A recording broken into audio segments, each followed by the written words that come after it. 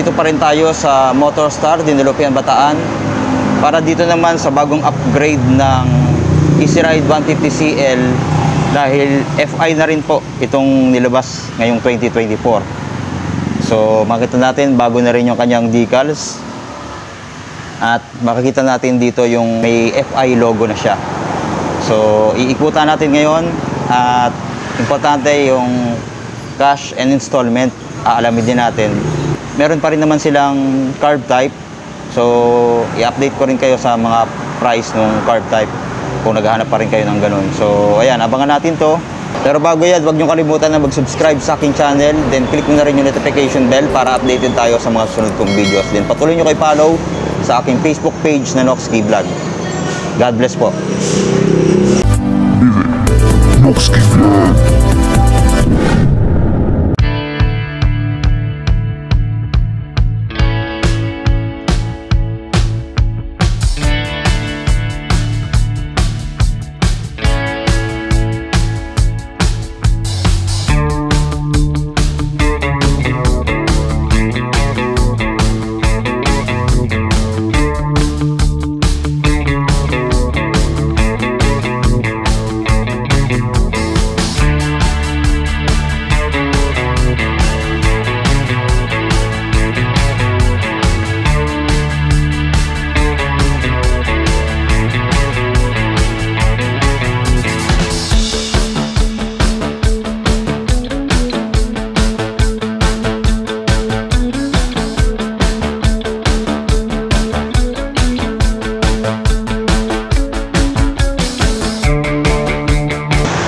So ito po yung Easy Ride 150CL na FI.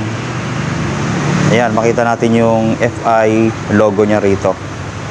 So napakagandang upgrade na ginawa ng Motorstar dahil sumabay na rin sila, no, sa competitors nila ngayong 2024, no, katulad nung Rusi. Ang dami na rin nilabas ng Rusi, kaya talagang sabayan na lang at sa presyo na nagkakatalo dahil pare-pareho ng FI, no? Tapos ito, makikita natin yung kanyang decals dito sa harap. Yan, napakasimple lang. Yan, may kulay red. Tapos meron siya mga stripe dito na black. Yan, so glossy black yung inikutan natin. Meron din silang kulay red dito. Ayan, na FI din. So kagandahan dito, napakamura pa rin ng presyo nito kahit sabi mong FI na tapos 150cc na rin. So ito ang kanyang presyo.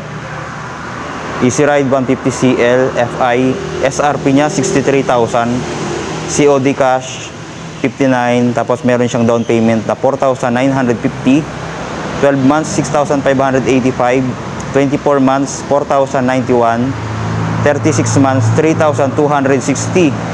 Then rebate pa ng 400. Ayan o, yung magandang binago din nila, no? 400 na yung rebate. So kung 36 months natin kukunin, ang magiging monthly mo na lang ay 2,860 na lang. Yan o, napakamura na. Meron ka ng 150cc na FI na. Ayan o.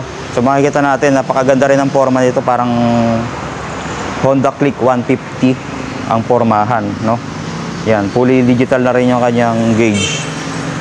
Tapos sa mga switch niya, very premium din yung datingan. Meron siyang high and low, busina, turn signal light switch.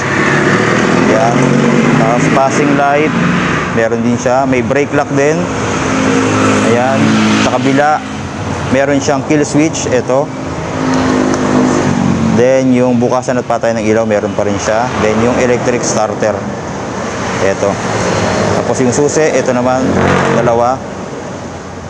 Then naka-shutter lock key na rin siya. Kung titingnan natin dito. Ayan, yung kanyang susian. Tapos dito na rin nabubuksan yung kanyang upuan. No? Tapos meron din siyang magandang features, yung USB charging port dito. No, hindi lang natin makita, naka ano tayo, against the light tayo. So meron siya dito. No? Tapos pagdating naman dito sa kanyang likod, ito yung magandang upgrade din. So meron na siyang top box bracket. Ayan o, hindi na kayo bibili. Tapos napakaganda pa, no? Ayan o, glossy black siya. Tapos may mga glitter effect yung pagkapintura dito. Ayan o, box na lang yung bibilihin nyo, no? Meron na kayong lagayan ng box, no? Tapos sa forma, same pa rin naman nung mga carb type. Ang fuel system, in-upgrade nila dito. Kaya mas matipid na sa gasolina ito. So naka-air-cooled pa rin naman tayo dito. Ayan. Tapos single shock. Then naka-ESP, enhanced smart power na. So malakas ang hatak, pero matipid sa gasolina. Ayan, wala rin siyang kickstarter. So ito yung kahawig na kahawig talaga ng sa Honda Click. Wala rin siyang kickstarter. Hindi katulad nitong Easy Ride 150p, meron pa siyang kickstarter. Then sa side stand naman, ordinary lang din, wala siyang side stand kill switch, no? Then ito, meron din siyang center stand, siyempre. Maganda rin yung bakal na ginamit, malaki din. Ayan, nakikita nyo dito. Ayan, no? Tapos maganda yung mga ano niya dito, no? Yung mga alloy niya na ginamit dito. Latest na rin, mga kapatid, no? Tapos dito sa harap, naka disc brake. Tapos single pot caliper siya dito na malaki. Ayan yung kanyang disc brake, naka wavy design. Then tubeless na yung gulong. Yan, ang ganda rin ng mags niya, oh. Ang size ng gulong dito 80 by 90 by 14. Then sa likod, ito, naka 90 by 90 by 14, tubeless. Tapos drum brake yung kanyang preno sa likod. So yung mga ilaw na ito, fully LED na. Wala na tayong babaguhin. Ayan, oh, sa harap niya. Naka projector lamp din yung design, no? Apat din yan, no? 1, 2, 3, 4. Tapos may DRL dito para din yung kilay. So maangas din yung forma nito.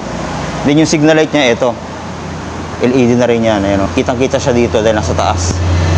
Tapos meron siyang plastic dito na carbon fiber finish, no? Ayan, fender, oh, maganda rin, no? Forma, oh.